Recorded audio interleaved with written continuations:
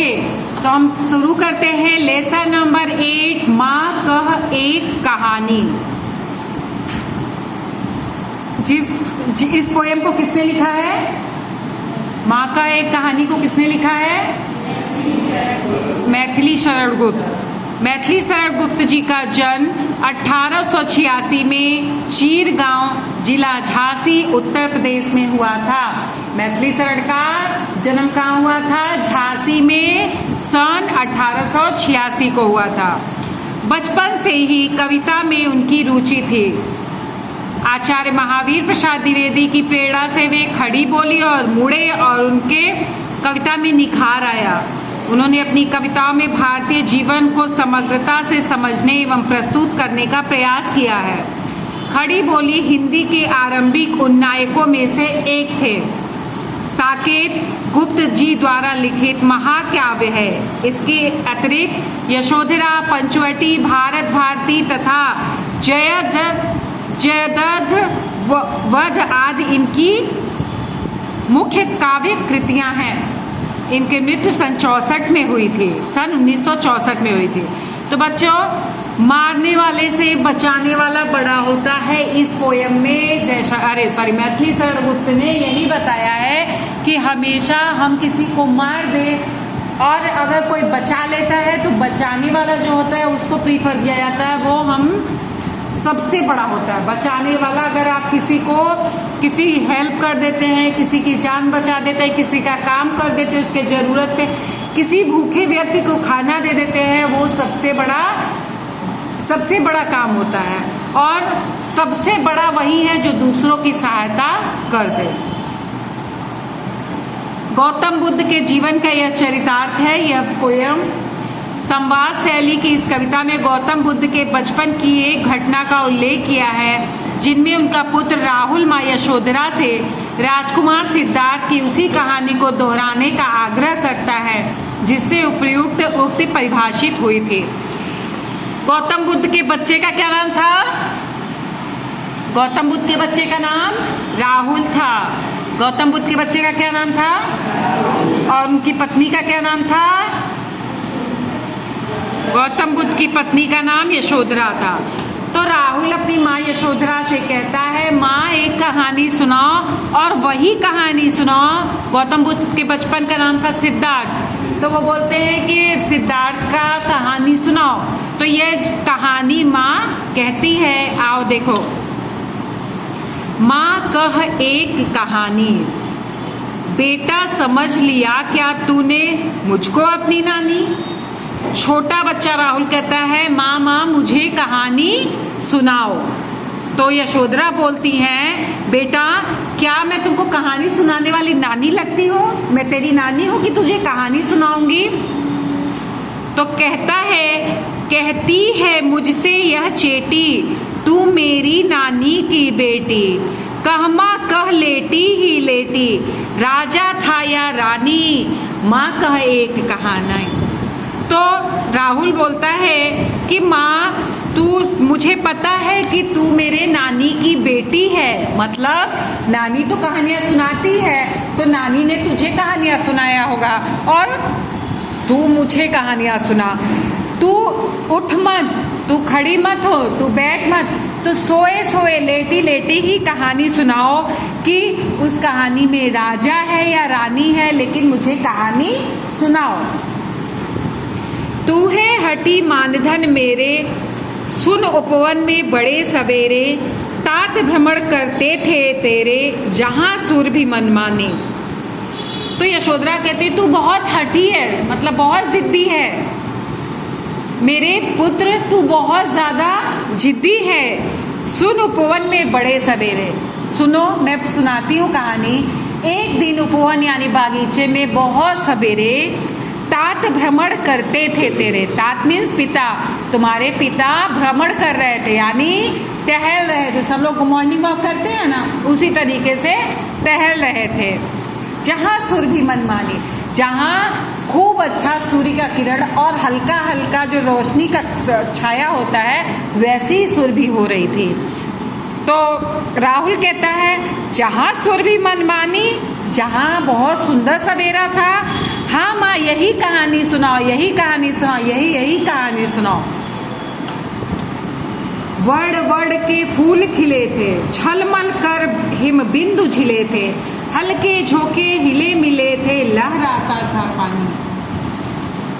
उस बागीचे में वड़ यानी डिफरेंट प्रकार के फूल खिले हुए थे और उन फूलों पर, पत्तियों पर झलमल कर हिम बिंदु झिले थे। हिम बिंदु में होता है ओस, फॉग देखते हो, सुबह उठते हो तो एक मोती जैसा पानी रहता है घास पे, ग्रास पे, पत्तियों पे, फ्लावर पे, तो झलमल कर हिम बिंदु झिले थे।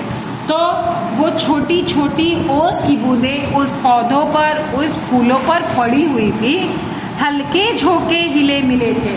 और जब थोड़ा थोड़ा पवन आता था ना, तो वो फुफकार जो है, जो ओस की फुफकार है, वो आता था, लहराता था पानी, और उससे वो उसका पानी हमारे शरीर पर आता था। तो राहुल बोलता है लहराता था पानी, हाँ यही कहानी। तो कहता है वहां पानी लहराता था, हाँ माँ यही कहानी मुझे सुननी है। गाते थे खग कल कल स्वर से, सहसा एक हंस ऊपर से, गिरा बिद्ध होकर खग शर से, हुई पक्ष की हानि। उस उपवन में सब पशु पक्षी अपने स्वर में गाते थे, नाचते थे, हंसी खुशी रहते थे। तभी सहसा मतलब अचानक एक आसमान से एक खग, एक कबूतर पक्षी गिर गया। गिरा बिद्ध होकर खगशर से, वह बाढ़ से मारा हुआ, तीर से मारा हुआ घायल होकर के नीचे गया। हुई पक्ष की हानि, पक्ष मीन्स उसके पंख अब काम नहीं कर रहे थे, वो उड़ना बंद हो गए थे। उसके पक्ष पे यानी उसके पंख पर तीर लग गया था। हुई पक्ष की हानि, करुणा भरी कहानी। राहुल बोलता है उसके पंख खत्म हो गए।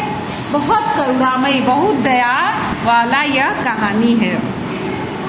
चौक उन्होंने उसे उठाया, नया जन्म सा उसने पाया, इतने में आंखें टक आया, लक्ष्य सिद्ध का मानी। तो यशोधरा बोलती है तुम्हारे पिता उस पक्षी को अपने हाथ में उठाते हैं, उसको पोंछते हैं, उसका खून रोकते हैं, उसकी दवा करते हैं। जैसे लगता है इतना कुछ करने से उस पक्षी में नया जन्म सा आ गया है।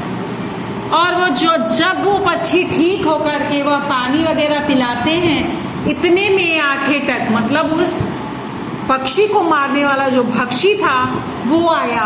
और वो उसको बहुत गुमान था कि मेरा जो लक्ष्य है, मतलब जहां मैंने तीर मारा है वहीं पर जाकर के तीर लग गया है। लक्ष्य सिद्धि का मानी, कोमल कठिन कहानी। तो राहुल कहता है अच्छा उसके बाढ़ पक्षी को लग गए थे, बहुत ही कठिन और कोमल कहानी है माँ। तब यशोधरा बोलती है मांगा उसने आहत पक्षी, तेरे तांत किंतु थे रक्षी।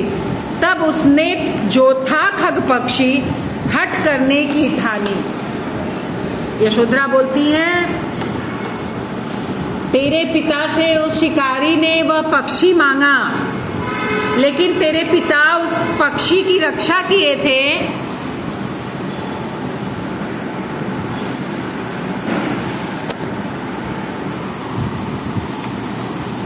उस पक्षी की रक्षा किए थे तेरे पिता, उस खग के यानी उस चिड़िया के रक्षा करने वाले थे। तब खग भक्षी में शिकारी, ठीक है, वो आंखें टक, तब उसने एकदम हट कर लिया कि मुझे मेरा शिकार हुआ हुआ पक्षी मुझे वापस दो। लेकिन सिद्धार्थ जो थे वो नहीं दे रहे थे, क्योंकि उन्होंने उस खग पक्षी को बचाया था, उसके प्राणों की रक्षा की थी। हट करने की ठानी, अब बढ़ चली कहानी। अच्छा माँ, वो शिकारी हट कर गया कि वो पक्षी चाहिए, अब तो कहानी बढ़ गई है। हुआ विवाद सदय निर्दय में, उभय आग्रही थे स्वविषय में, गई बात तब न्यायालय में, सुनी सबने जानी। दोनों में वाद विवाद होने लगा। जो बचाने वाला था और जो मारने वाला था, दोनों में विवाद होने लगा कि कौन पक्षी लेगा। तो उन लोगों में कोई फैसला नहीं हो पाता है। तो अंत में ये होता है कि अब यह बात न्यायालय यानी कोर्ट में जाएगी और कोर्ट में जा करके वहां पर सभी को बताया गया। सुनी सभी ने, जानी व्यापक हुई कहानी। तब राहुल कहता है अच्छा, सभी लोग जान गए, अब तो यह कहानी और व्यापक हो गई है। राहुल तू निर्णय कर, इसका न्याय पक्ष लेता है किसका? कह दे निर्भय जय हो जिसका, सुन लूं तेरी बानी। राहुल, यशोधरा माता कहती हैं कि राहुल अब तू इसका निर्णय और न्याय कर कि तू किसके पक्ष में है, जिसने खग को मार दिया है या जिसने खग को बचा लिया है। और तू डर मत, निर्भय होकर यानी बिना डरे हुए बोल, जय हो किसका? किसका जय हो मतलब किसका जीत और हार हो। अब मैं तेरे मुंह से सुनना चाहती हूँ कि वो आखेटक को वो पक्षी मिलना चाहिए या तेरे तात यानी पिता को मिलना चाहिए। माँ मेरी क्या बानी, मैं सुन रहा कहानी। तो राहुल बोलता माँ मैं क्या बोलूं, मैं तो कहानी सुन रहा हूँ। फिर भी बताया उसने, फिर भी वो अपने हिसाब से बताता है राहुल। कोई निरपराध को मारे तो क्यों अन्य न उसे उबारे। कोई अपराध, निरपराध मीन्स होता है बिना अपराध करने वाला। अगर कोई बिना अपराध करने वाले को मारता है तो उसको दूसरा कोई क्यों न बचाए। माँ रक्षक पर भक्षक को वारे, न्याय दया का दानी। हमेशा रक्षा करने वाला बड़ा होता है, मारने वाला बड़ा नहीं होता है। न्याय दया का दानी, और जिसने रक्षा की है वही सबसे बड़ा दानी है। वही कबूतर या खग या पक्षी उसी को मिलना चाहिए जिसने उसके प्राणों की रक्षा की है। न्याय दया का दानी, तूने सुनी कहानी। अरे यशोधरा तब कहती वाह बेटा राहुल, तुझे तो अब कहानी सच में समझ में आ गई कि जिसने न्याय दया का किया मतलब जिसने कबूतर को बचाया, कबूतर उसी को मिला। अब तुझे समझ में आया पूरी कहानी कि हमेशा रक्षक भक्षक से बड़ा होता है। ओके।